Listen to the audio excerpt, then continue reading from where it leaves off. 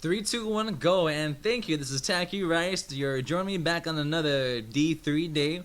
It is May 13th, and looks like the new patch for 2.0.5 is out. And so, just gonna go down and review. Looks like quite a few things did get updated. So, all right, let's just get right down into it. So, in general, the strength in numbers, or so the multiplayer buff, is from 100 yards to 200 yards, which is a big jump. So that's pretty good.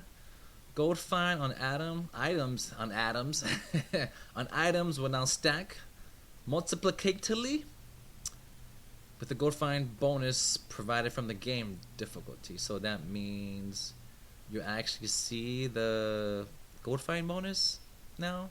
I don't know. Probably. This significantly increases the gold reward for most players. Okay, yeah, so then I guess you can actually see it, and you actually see the numbers and actually see it in the drops. So for example, Master gives you 200% more, and you have 50 gold find. So normally would drop 50, and then your difficulty increases it to 150, and your 50 increases it to 225. So gold will, I guess, maybe no longer be too much of an issue, because crafting those gems, the final gems, very, very expensive. So now I started the game with 120 million gold, and now I'm only down to like 38, and I've crafted, I don't know, quite a few flawless imperial, or the last one. I can't remember the names of it. And so the 300 gold fine cap, yes, yada yada. So that's been removed. Okay, vote kicked. The changes to vote kicked. Okay, makes it less restrictive. Okay, so if you've been inactive for 2 minutes, you can get kicked out versus 5, which is kind of nice, because you want to play with other players who are playing and not just sitting around waiting for you to do stuff. Okay, no. Okay, after killing a boss, some additional restrictions were also relaxed. Okay, let's get down. The Barbarian, okay, is to better support character builds based on specific damage types. We're changing the damage type to a select runes. Ongoing goal. Additional changes may be made in the future to make things more interesting for character builds. So Rin is being changed to make the damage more consistent. Finally, I believe Ren's it's a really nice barb skill, but it's just lacking in its damage. Difference between getting critical hits or not on Ren made the ability too unpredictable. Yes, this is particularly important when the player has the option of reapplying the damage over time. Okay. Seismic slam. So let's just get down. I guess we really don't need to know too much about the philosophy. We'll just find out the skills here. So for the barb, for frenzy, the sidearm. So from physical to code and overpower. The skill rune crushing advance. So from physical to code.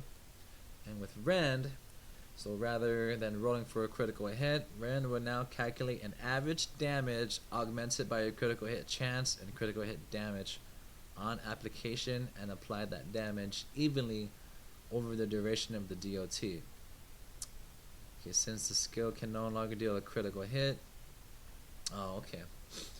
So I guess that kind of balances out. So I'm definitely have to test to see how strong Ren is now. But since you're not able to deal a critical hit, it will no longer trigger those effects that go off of crit hits. Revenge. Yep, bursts of cold, of course, changes the damage from physical to code. Seismic slam now allows you to hit enemies in a 10-yard wide, 10-yard long in front of you, in addition to the existing code. And it increased good from 550 to 620, although it was pretty decent by itself. 620 is huge, which is a good amount of damage. Altered the animation.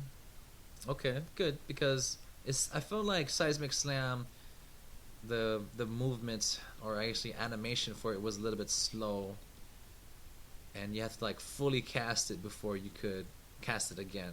So then when you cast it, the hammerhead has to hit the ground, the waves have to push out, and then you're able to cast it again. So hopefully this makes the frame rate a little bit smoother, so you're able to just kind of spam it a little bit more.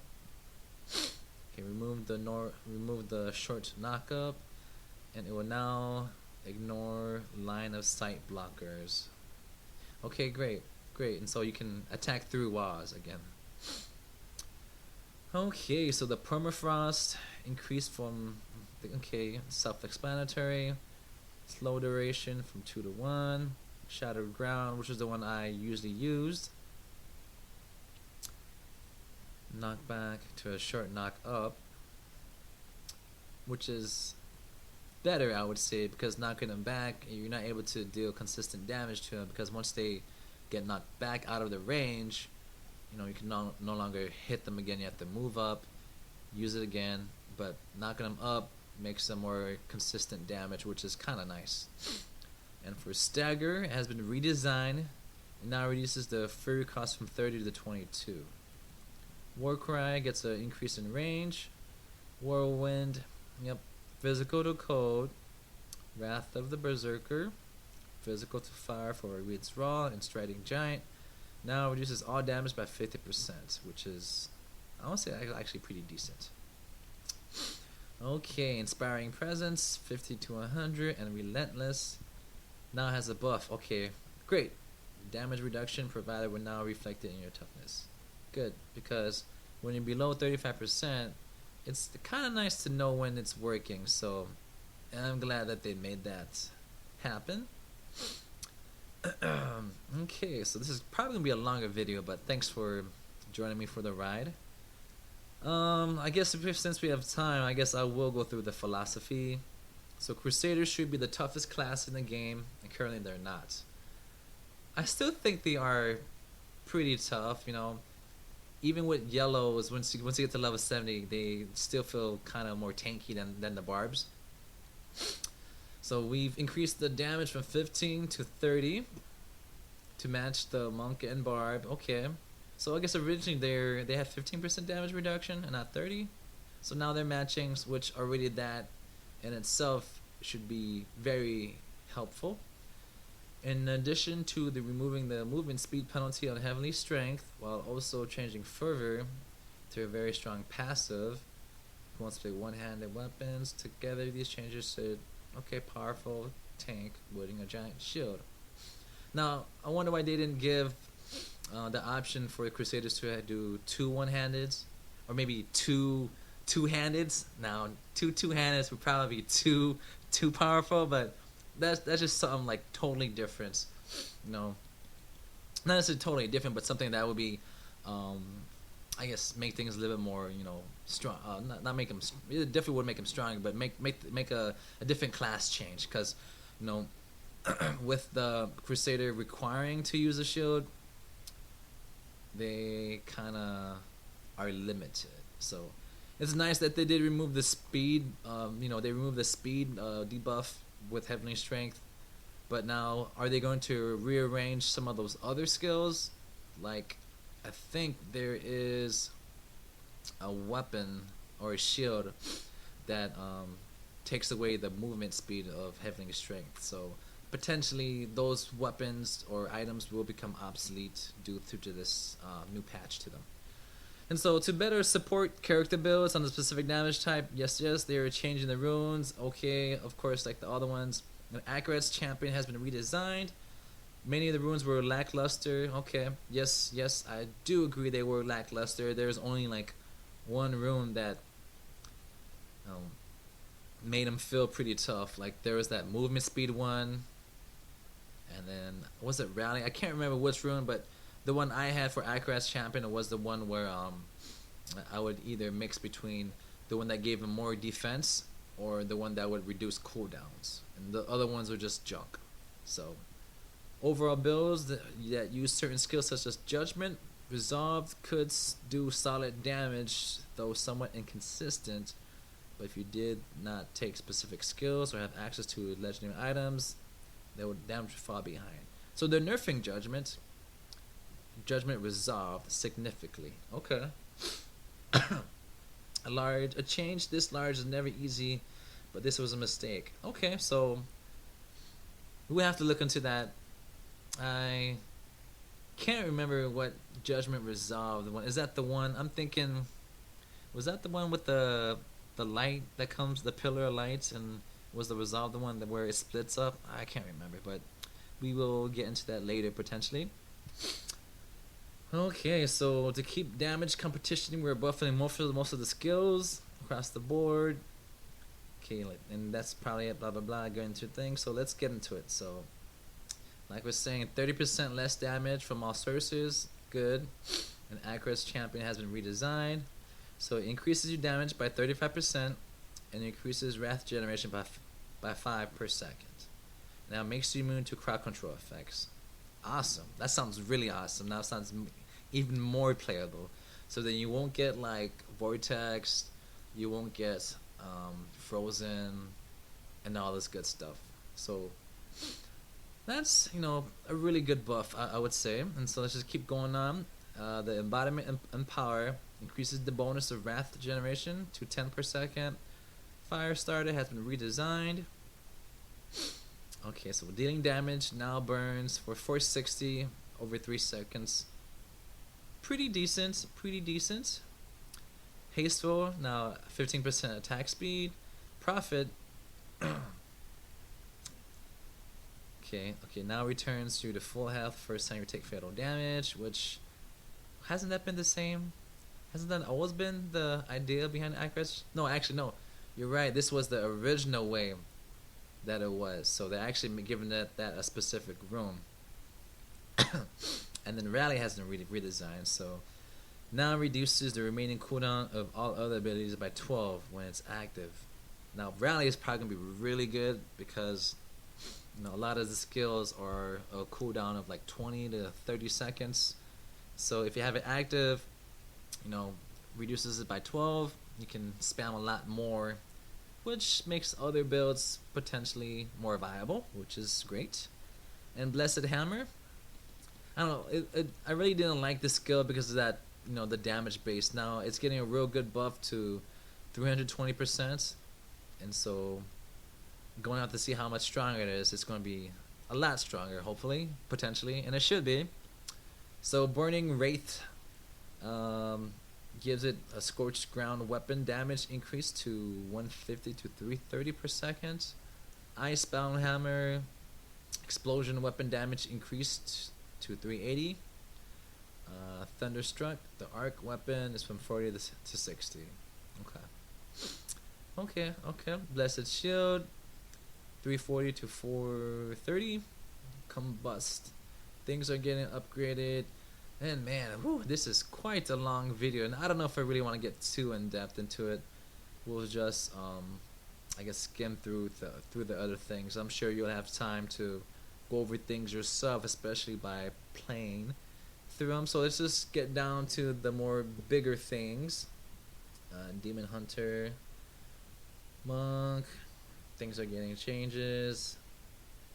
Okay, trigger while casting. I definitely want to go in depth with the Witch Doctor another time because this is my main character. So let's just move on. Wizards here and items. So legendary potions may now be traded with other players who are present for up to 2 hours. Okay, I wish they did this earlier because I had like 3 legendary potions and I couldn't trade them to my friends. Cinder Switch. The proc on it does 250. Okay. Easton's pair of blades. Fix some things. Okay, fix it. Preventing the Slaughter and the Little Rogue from dropping with Barbs and Monks. Pride's Fall. Fix an issue causing the Pride's Fall buff to persist indefinitely while a Unity was also equipped. Oh, that's kind of cool. Puzzle Ring. The goblins have been scouring Sanctuary for better loot to drop. Legendary drop chance doubled. Rare items dropped will now always have 6 affixes, which is awesome. Awesome. The counter for picking up normal quality items will now persist through death, act transactions, and unequipping the item. It will not still persist across game sessions. The goblin will now play a song when his counter reaches its max. Cool, cool. So just a little bit more, helpful things with the puzzle ring. And the sanguinary van braces. The thorns dealt by these braces will now benefit from your main stat damage increased at a 25% rate. But then its radius is reduced from 25 to 15. Spectrum will now reduce the time. Okay, good. Tasker and Theo. For Hydra, they are technically pets, so that's good that they're being considered. So they will be attacking faster. Wind Force fixed a bug. And class-specific items. Let's just skip through that. Bug fixes. So, plus percentage damage and weapons will now correctly apply to all elemental types, except just physical. Legendary shields now roll a higher block chance. Okay, good. Cause I have a friend who has that one shield that bounces up to 6 enemies. His rolled 15% block, so that's really weak. The change will affect. Okay, awesome. Existing shields. So then, hopefully, when he looks back into it after, remind him to take a look to see if it did get higher. Fix an issue that could sometimes cause bracers to roll crit chance effects. That was far below the level. Fix an issue where several auto-casted legendary item powers to trigger proc effects. Fixed an issue that legendary items to roll from higher stat ranges than were appropriate for the level. Okay. And I didn't really encounter these. Maybe you guys did. Alright, Caches now. Increased chance to drop items, legendary items from T2 to 6. So that means I'm going to have to start farming T2 and above. Lower rewards for the Hell Rift bounties in Act 4. And then Kadala can now drop Torment only legendary items. Fantastic. And then this is part of a main issue that they, patched right away. I guess patched as soon as they could. Now Kadala will now roll weapon types that your characters can use, and emphasis on that specific type. So I don't know why they didn't fix so catches right away, but I'm sure you guys figured out or had seen where blood shards. It took 15 blood shards to roll a one-hand weapon. Say you're a demon hunter, you'd roll it, and it gives you like a two-handed mace. So that doesn't make sense. So I'm glad Blizzard fixed this, and it should make rolling for items a lot better now. And then see this. I had this issue. This was the issue. Fixed an issue causing Kadala to sometimes give you common quality Crusader shields. Alright, let's go to the Nephilim Rifts here. Gives you more blood shards from the caches. And the number of blood shards dropped out of Rift Guardian is increased. Excellent. So potentially, maybe I will run a T2 and a T6 to see the difference of the blood shards. And crafting. Greatly increased the drop for the legendary crafting plans. And Reaper's Wraps. Mathau will now drop the plan for Reaper's Wraps when killed at level 60 or higher, even if the player does not have the recipe, instead of only on the first kill. Cool. Alright, for the blacksmith, crafted recipes no longer require specific common armors or weapons, and now require common crafting materials. So common crafting materials like those things from before. But I guess we have to take a look and see. I guess it's kind of nice that they did get rid of the items and weapons, because storage was becoming, very, very tight. I think hopefully Blizzard will give us another page or two for the item box, because if you look, I'm running out of space because a lot of my items are for my witch doctor. And the jeweler. Rings and amulets now require Marquise gems instead of Imperial gems. And unsocketing has been reduced. Perfect, because 500k is quite expensive. That's like a lot of gems there. And now mysticking. It is no longer possible for the same effects to roll randomly as the replacement for both of your new rolls. Okay, so that means it gives you a better chance to get what you want. Because say if you want to roll for that crit hit chance, and then if you roll and you get like armor, life percentage, and armor again, you just kind of wasted your roll. But that's really good and helpful. And while enchanting an item, the original effects will not be forced into the pool. Okay, which is not too bad. This will allow legendary crafting with affixes that are normally unavailable on the slot to roll. Oh, yeah, that makes sense. Fix an issue preventing items from being properly marked as enchanted when starting the enchanting process. Now, I'm gonna have to double check today, but in terms of last night while I was playing, gold was no longer required to mystic an item, only the materials.